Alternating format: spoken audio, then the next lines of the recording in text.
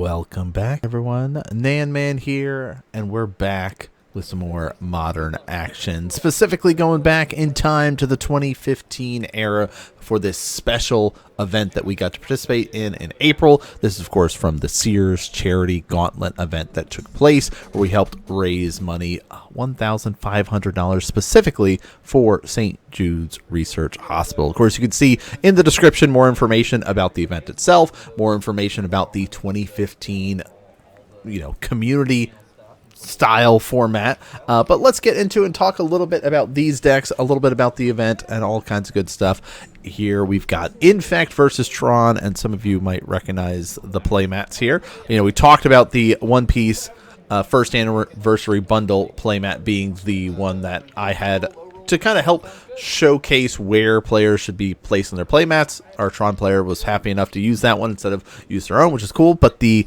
of course, wonderful samurai art that we've got on the left-hand side there is my playmat, because I was able to be in the feature match area.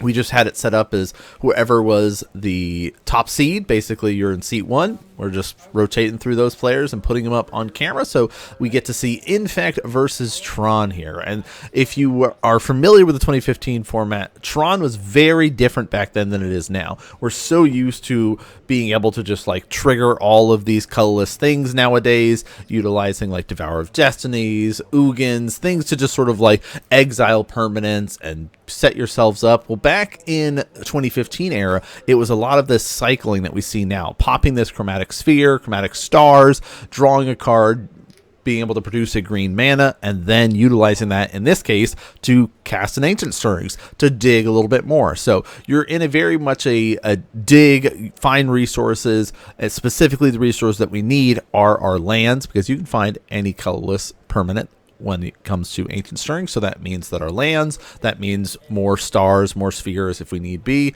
And you see there is a tower in that pile, as well as a couple of spheres and stars. Looks like maybe Oblivion Stone maybe as well, but we already have a tower, so we're looking for another Tron piece. We're not able to find it, especially because we had another one in hand, so maybe the deck is mad at us right now situation there, but Star's going to follow it up, and then we can pass it on over for our Infect player here. So right now you can see we have almost a fully signed Infect deck. And actually, if you're watching this video now and you wanted to see what 2026 Infect looks like, present day Infect, you can check out that, because we did get it featured recently with a Lumra Landfall versus Simic Infect using Tifa and stuff. So those cards, of course, not legal in 2015, because the cap is basically, I want to say it's Magic Origins, right before the Kaladesh block.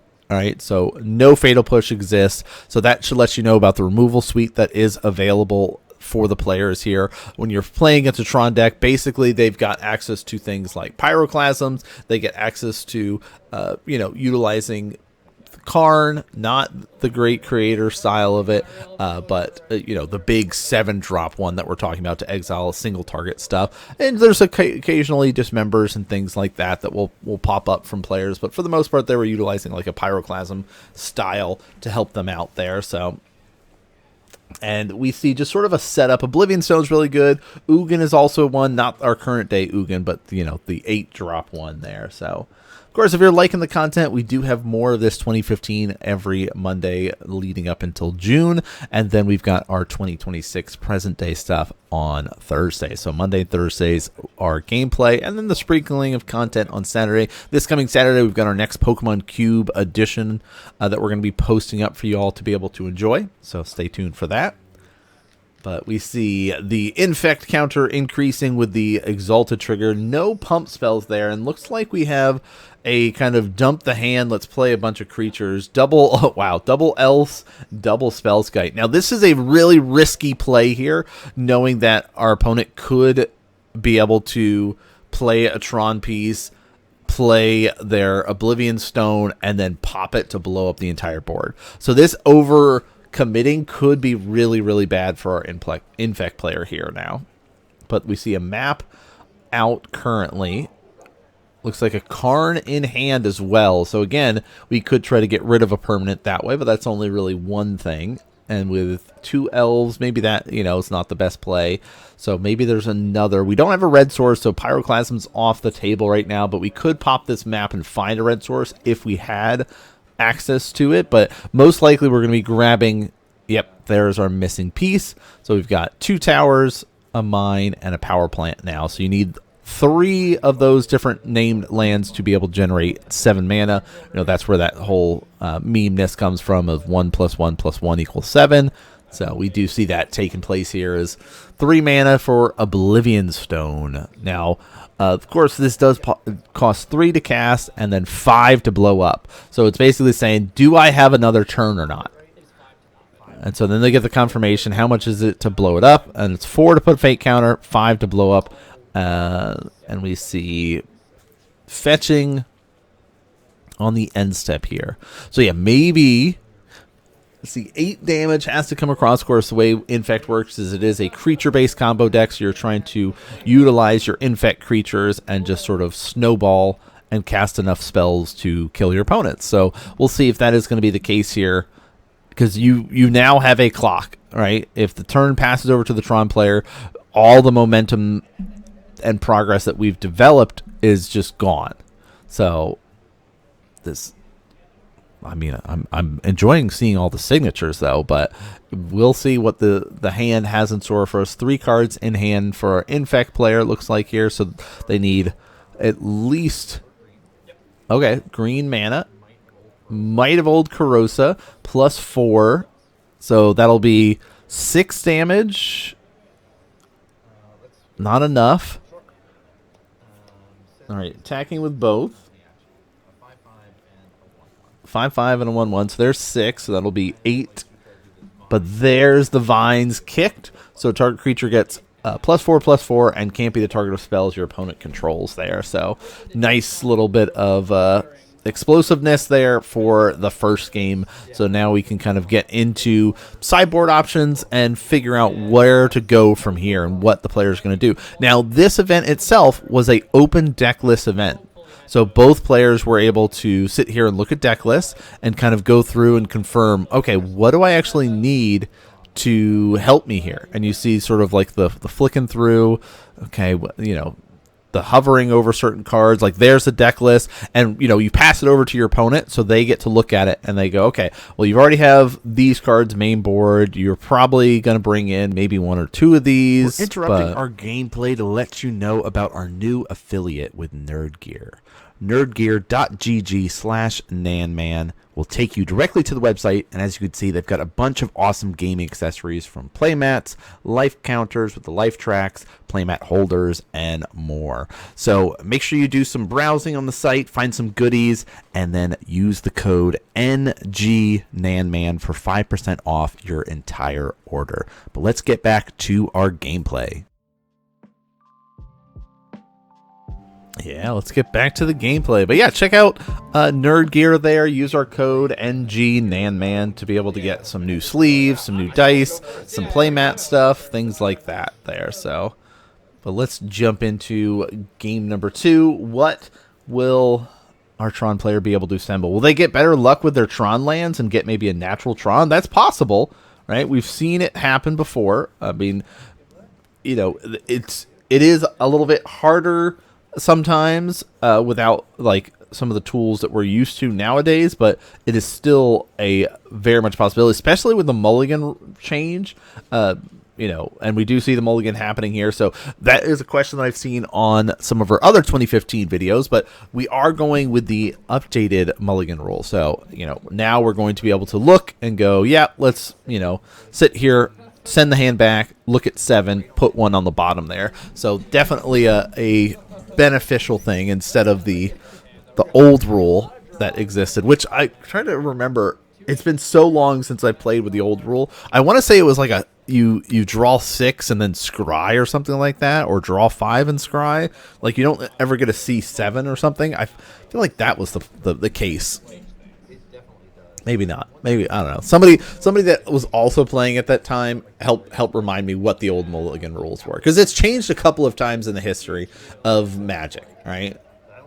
But now I think the one that it is now, look at 7, put 1 on the bottom, is definitely kind of the best version we've seen, at least up till now. But both players going to be mulliganing down to 6 here, maybe less. We'll see if anyone. Nope, looks like our Tron player will keep their 6, and Infect will keep their 6 here. So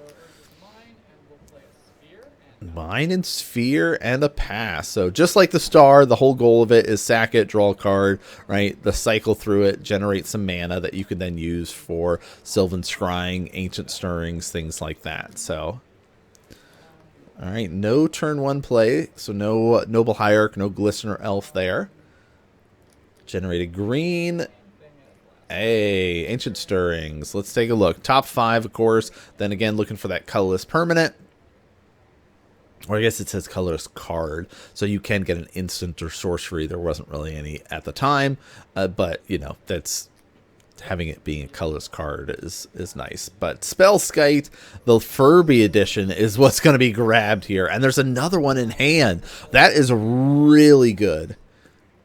All right, so that, of course, we've seen Spellskite is the MVP in 2015 format, not only against decks like Infect, against even like Ad Nauseam if you're like really good, but like really against like Twin being the #1 deck. But Blighted Agent coming out here, another signed copy, 3 signed copies, 3 signed cards on the field here. But Ghost Quarter, no Tron pieces, but looks like we got some other tools to work with here. So we do see the debate.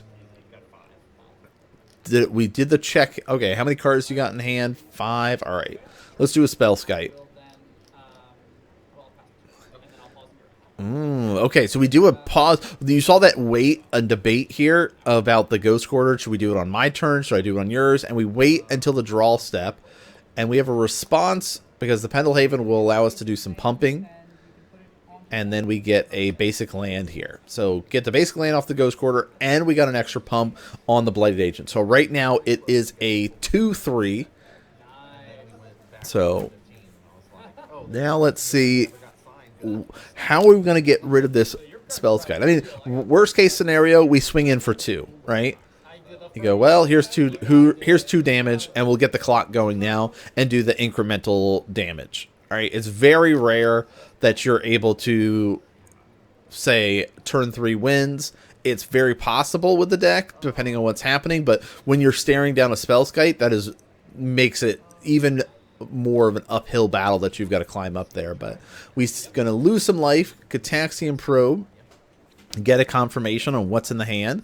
So we see 2 Oblivion Stones, a Spellskite, and a Sylvan Scrying. So no extra land, but we do have the Sylvan Scrying to go find a land next turn, and we've got a Spellskite, so we're, you know, feeling pretty good about the way, like, we have the protective cards that we need. So get a draw card off that. Land for turn. I know it seemed like, wait, didn't we already play a land? No, Ghost Quarter got us a land. But another signed card coming in. Windswept Heath this time. Ooh, the Twisted Image. Switch the power and toughness of a creature and draw a card. And then fetching down to 17. Another wonderfully signed inked forest there. That oil slick forest from the Phyrexian All-Be-One bundle. And hey, here's a Might and a Groundswell. +4. +4. So 8, 9, 10 with the Pendelhaven there. Ooh. Maybe I'm only allowed to keep interactive hands. But no, like the Spellskite was because it's like I had to have the Twisted plus there. Plus the Thompson. Yes. I could have Ghost Quartered you on my turn, which I should have done. You could have, yes. That's the other thing. That's 1 extra point, buys me a turn. But I'm not hitting Tron, so I'm still dead to it next turn. Yeah. That's Pyroplasm off the top is the only play. So this was a really cool thing that you get to see is these little interactions from the players, like after the match and after go, oh, well, you know, what could we have done? Could I have done something differently in this spot or that spot? Like, how would that have worked? We get to see at least what the Infect player brought in, and then we sort of talk through things a little bit more. Yeah, I guess I could have cut, like, Talk about bringing in Pithing Needle there. Okay. Maybe Ugin comes out for, I don't know, because the Rending Volleys are the other thing that seems And even Rending's slightly. sorcery, right? No, Or it's is it instant, but It it's is? only white or blue, so it Oh, it only only hits Blighted hits- Agent. oh, It's okay. only for Blighted Agent. So I was Yeah. like, I don't know, that's not Yeah. that good. And if you had Natural Tron, you want to have the big things to be able to play. Exactly. Too, Like, what am I so- cutting? Yeah. Yeah, I don't know. I don't want to cut, stars and spheres and stuff No, like that. right, So it's yeah. like, yeah, I don't think there's just much of a side. And it looks to the like Infect matchup. Blighted Agents, very powerful. But we were able to take out Apostle's Blessing, take out a Mutagenic, take out a Spellskite for some more interactions against the Tron list. But, Tron list, it's nice to be on the other end of that spectrum there. But we're going to have a little bit of a continuation. You notice the video still has a little bit more to go because we're going to show you a little bit of a clip coming up from our behind-the-scenes vlog from the tournament because there's still a few more rounds to go from the main event. But I thought we'd sneak this in here because this was such a fast round where a lot of the other rounds, had been 20, 30, 40-minute longs. So let's show off a little bit of the behind the scenes of the actual event itself for you to be able to enjoy. Hanging out in the feature match area right now, and you can see there is nobody in the feature match area. That's because we were sitting at the first seed and got to go and play on camera, and it was Infect, 2015 Infect specifically, versus Tron, which as soon as I found that out, I was super giddy. Tron and Ad Nauseam were like the two decks that I'm like, yeah, I will play those decks any day of the week because it is such a easy matchup for Infect. The decks were so much slower. They didn't have the ways to interact like they do now in the current meta. Like, there's a lot more tools at the disposal and decks can go so much faster nowadays, but back then that wasn't the case. So we got the quick 2-0 victory there. We're sitting 3-0 in the tournament. There's 5 rounds in the cut to top 8 here. So very excited for how things are going. Of course, there's 2 more rounds to go. We're going to keep showcasing many different decks on the stream itself. Well, not really stream, right? Because they're all edited up for you guys to be able to enjoy, but lots of good stuff so far in the event. Lots of matches still underway because, our match ended so quick. So a lot of games to showcase. So we'll kind of do a quick walk around so you can see a little bit of what's going on here for the event itself. Like, a lot of cool decks. I was worried. It looks like there's at least one Jund player running around, but a lot of like blue-based decks, whether it's like Twin, whether it's like control shells, things like that. There's at least one Lantern control player. So I'm, going to try to showcase as many different decks as possible for the edited videos, which, you probably have started to come out at this point in time, or will be coming out soon. We've had some hate bears on stream. We've had some sort of like lantern-y style of control shells, some like Squadron Hawk stuff, so a lot of cool stuff to be able to see. It looks like Mono Black Devotion, so yeah, definitely some cool things that we're going to be showing off on the channel for you guys to be able to enjoy. But it's awesome to be able to go and travel to another LGS and have this space to be able to record. So big shout out to Watchtower Games for letting me be able to do some of the recording. Of course, we're also going to have the top 8, so lots of this modern 2015 content that's going to be coming out in addition to our normal content that we do on the channel. So make sure you guys are checking all that stuff out because we do have our present and current modern format that we showcase off. But let's jump into it and see what the rest of the tournament has in store, and can we actually make it to the top 8 or not. All right, I hope you guys enjoyed this one. Nice little fast-paced one. We got to see a little bit more behind the scenes. That, of course, was from previous videos, but that's going to do it for us here today. Thanks so much for tuning in and watching, everyone, and I'll see you all next game.